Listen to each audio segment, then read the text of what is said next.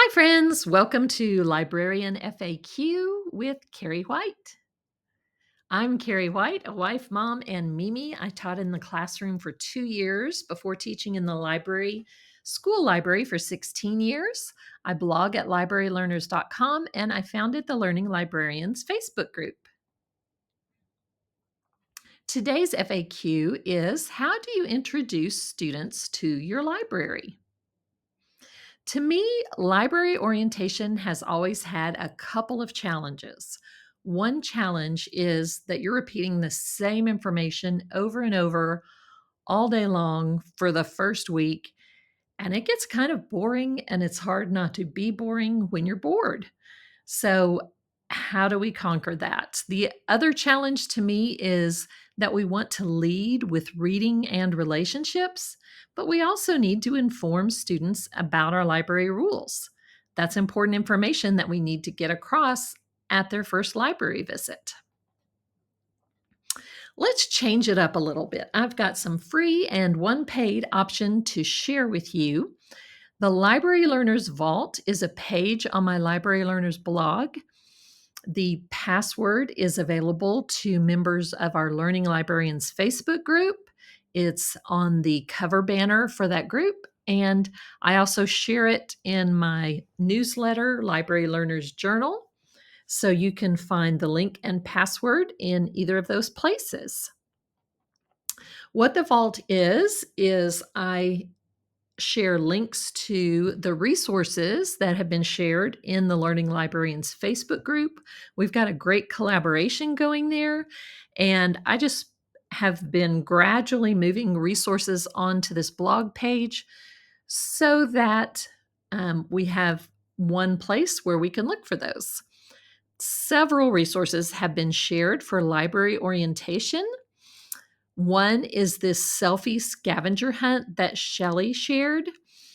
And with this, students have devices and a check sheet. So they walk around the library and check off where to find the Kleenex, the trash can, chapter books, where they return books.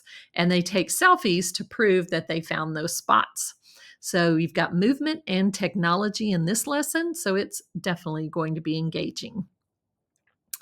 Amanda shared a library rules PowerPoint. I definitely think you need to provide some structure for yourself in your orientation to make sure you cover the same material with every class.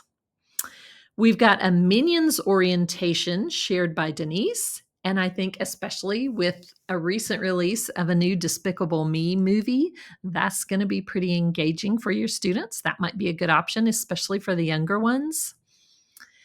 Rose shared the library lessons that go with what happened to Marion's book, and she says the retell lesson is especially effective.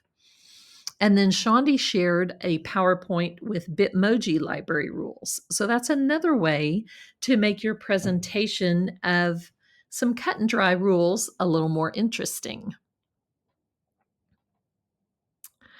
I also want to share a paid option. I'm super excited about this. I just created this in the past week. I just learned how to do this. This is in Canva. And of course, as educators, we have free Canva accounts that you can use for this. This is a fully editable game.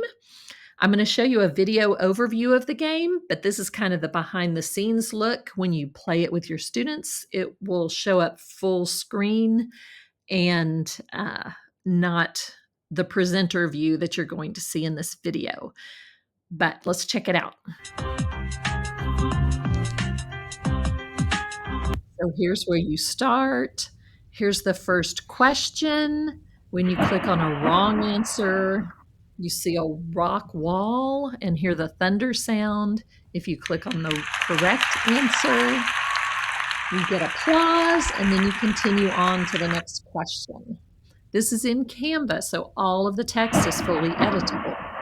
So if you say media center instead of library, you can just edit that text. If you need to add specific rules for your situation, I have blank slides at the end with all the animations and noises built in, so you can just create your own slides for your specific situation. To me, this makes it a little more gamified. You've got the technology and the sounds and the animations.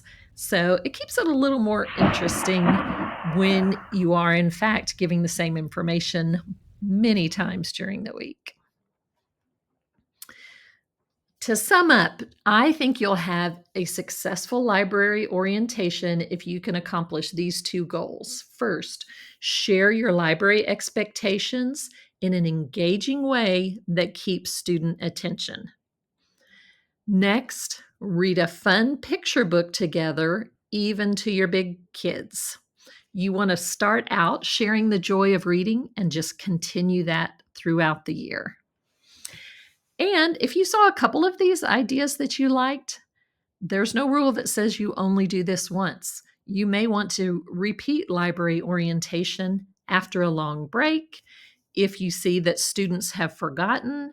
Um, we always do library orientation in the first week of seeing library classes, but it's definitely worth repeating later on in the year just to remind students of those expectations. Happy reading! Please let me know if you have questions, comments, or suggestions about library orientation.